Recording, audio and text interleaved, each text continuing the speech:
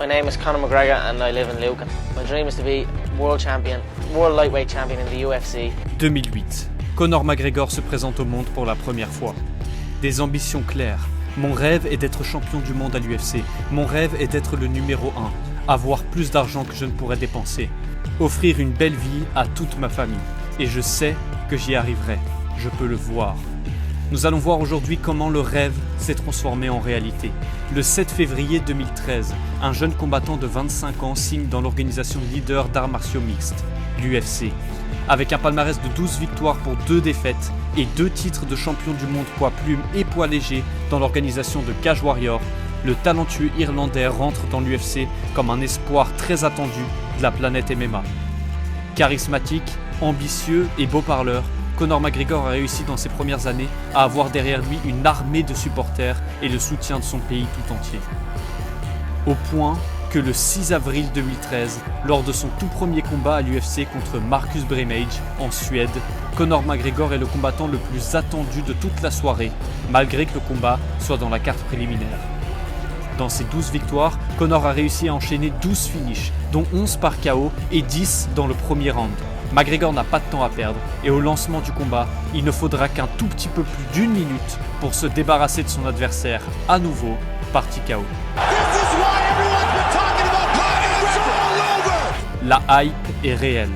4 mois plus tard, l'UFC organise le deuxième combat pour l'Irlandais contre un très jeune Max Holloway, le 17 août 2013, et pour la première fois de sa carrière, The Notorious va se battre aux États-Unis.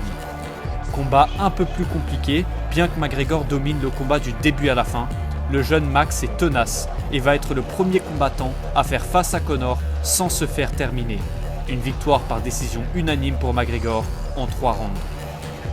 Après le combat avec Holloway, une IRM a révélé que McGregor avait déchiré son ligament croisé antérieur pendant le combat et nécessiterait une intervention chirurgicale, le gardant hors du combat jusqu'à 10 mois. Il va falloir presque 1 an pour revoir McGregor monter dans la cage. Une première tête d'affiche contre Diego Brandao dans la ville natale de McGregor. Le public est en furie, leur héros national est de retour au pays et est ultra favori. C'est sous les acclamations de tout son peuple que l'Irlandais va s'imposer facilement par TKO après un show de 4 minutes et 5 secondes. Performance de la soirée pour le favori des fans.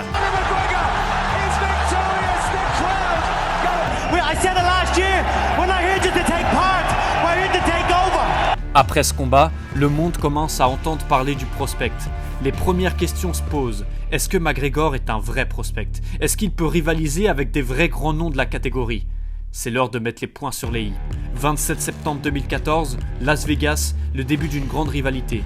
Conor McGregor contre Dustin Poirier. Les cotes de paris sont plutôt serrées, les analyses sont mitigées. Mais une chose est sûre, ce combat va permettre de répondre à pas mal de questions. Une mission pour Conor McGregor, prouver qu'il mérite sa place en tant que contender pour le titre de champion. Aussitôt dit, aussitôt fait. 1 minute 40 dans le combat, le Notorious heurte Dustin Poirier avec sa main gauche. Dustin est sonné, obligé de poser un genou au sol. McGregor enchaîne avec des coups de poing en marteau et va terminer le pauvre Poirier au sol avec quelques frappes bien placées au visage. L'arbitre en a assez vu, Conor McGregor finit facilement son combat, annoncé comme son plus dur challenge et silence le monde entier avec une nouvelle performance de la soirée. C'est officiel, Conor McGregor va commencer son run vers le titre de champion du monde. Le 18 janvier 2015, c'est au tour de Dennis Siver de se dresser devant le chemin de l'Irlandais. Un deuxième main event pour McGregor. Le combat est décrit par certains comme un mismatch. Bien que Dennis Siver ait réussi à signer 3 victoires dans ses 4 derniers combats, le combattant allemand ne semble pas à la hauteur de l'Irlandais qui est sur une montée en puissance et sur une série de 12 victoires consécutives. Et sans trop de surprise, bien que Dennis Siver arrive à tenir plus longtemps que certains l'auraient pensé, 1 minute 54 dans le deuxième round, McGregor enchaîne son adversaire au sol avec une série de coups de coude au visage. Le visage en sang et sans défense, l'arbitre en a assez vu et met fin à une domination de l'Irlandais en lui donnant sa victoire par TKO. McGregor se relève, aperçoit le champion José Aldo dans les tribunes, il court pour sauter au-dessus de la cage et fait face à son futur adversaire. La rivalité est lancée, la hype est réelle. La promotion du combat entre le champion et Conor McGregor est lancée et le monde ne parle plus que de ça. On sait désormais que les jours sont comptés jusqu'à l'affrontement des deux combattants dans la cage. Et comme attendu, le président de l'UFC Dana White annonce rapidement l'affiche la plus attendue de tout l'UFC. Et quand l'UFC veut vendre un combat, elle sait comment s'y prendre. Le combat très attendu avec Aldo a été annoncé le 30 janvier 2015 lors de l'UFC 183 questions et réponses. McGregor a déclaré qu'il devait affronter Aldo le 11 juillet 2015 à l'UFC 189 pour le championnat incontesté des poids plumes de l'UFC lors de la semaine internationale de combat annuelle de l'UFC. Le combat doit avoir lieu au MGM Grand Arena de Las Vegas, au Nevada. L'UFC, convaincu que le combat dépasserait les attentes, a augmenté le budget promotionnel de l'événement. Dana White déclarant que l'UFC a dépensé plus d'argent pour promouvoir Aldo McGregor que n'importe quel combat dans l'histoire de l'UFC. Conor McGregor va commencer ce qui a été décrit comme une mental warfare contre le champion José Aldo, ne ratant pas une seule occasion de pouvoir tacler son futur adversaire. Émission de radio, This guy is a dead man walking. That's a... émission de télé. I said I am his daddy. Tout est une bonne occasion pour Conor de pouvoir mettre une attaque bien placée contre José Aldo et essayer de le détruire psychologiquement. McGregor et Aldo sont lancés dans une tournée mondiale de 12 jours organisée par l'UFC au cours de laquelle 8 villes de 5 pays ont été visitées, dont le pays d'origine d'Aldo, le Brésil, à Rio, et la ville natale de McGregor à Dublin. La tournée a commencé à Rio le 20 mars. L'ambiance est électrique. Des milliers de fans prêts à acclamer leur champion et accueillir l'ennemi McGregor comme il se doit. Mais croire que cela va l'intimider, c'est mal connaître le combattant irlandais. I own this town. I own Rio de Janeiro. So for him to say he is the king and I am the joker, if this was a different time, I would invade his favela on horseback and kill anyone that was not fit to walk. But we are in a new time, so I'll whoop his ass in July. Les presse-conférences vont s'enchaîner, les insultes vont s'accumuler, les attaques psychologiques vont se faire plus significatives et on sent la rivalité monter semaine après semaine entre le Brésilien et l'Irlandais. Le point culminant va être le 31 mars 2015 à Dublin, la dernière date de ce World Tour.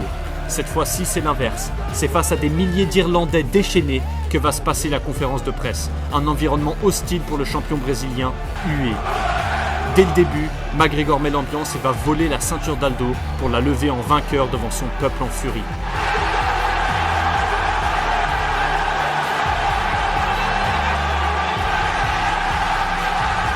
La date se rapproche, le combat tant attendu est à portée de main. 30 juin 2015, c'est le drame. Aldo se retire du combat à cause d'une blessure aux côtes lors d'un sparring. Le combat pour le titre tombe à l'eau. Mais le show must go on. McGregor veut enchaîner avec ou sans Aldo. So if you are number one, who gives a shit if number two steps out in place of number three? At the end of the day, I'm number one. So it makes no difference who is standing across the octagon. Le titre intérim des poids plumes est en jeu contre Chad Mendes. Le numéro 2 de la catégorie prend le combat en short notice. La date n'est pas changée. Le lieu n'est pas changé. La nouvelle affiche, McGregor vs Mendes, UFC 189, le 11 juillet 2015. Chad Mendes est le premier très bon lutteur que Conor va devoir affronter. La question que tout le monde se pose, est-ce que McGregor a les moyens de résister aux tentatives d'amener au sol et à la lutte de Chad Mendes? 22h aux États-Unis, le combat commence. Première offensive de la part de McGregor et déjà, Chad Mendes tente une amenée au sol, réussite. Le jeu au sol de McGregor est déjà mis à l'épreuve dans les 15 premières secondes du combat. Une fois relevé, ce n'est pas la même histoire. En pied-point, Conor domine son adversaire. Ses combinaisons se terminant par sa gauche font mal à Mendes qui n'a d'autre réponse que de jouer de sa lutte. 1, 2, 3 et 4 ramenés au sol réussis dans le même round. Chacun a son domaine de prédilection et ça se fait ressentir dans les échanges. McGregor prend beaucoup de dégâts quand il est en dessous de Mendes et à la fin du premier round, les deux combattants ont plus ou moins fait jeu égal, mais Mendes gagne beaucoup de points grâce à ces changements de niveau. Le deuxième round part sur la même dynamique.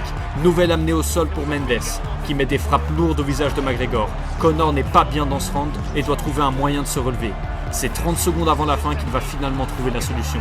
McGregor peut enfin se relever, Mendes est fatigué.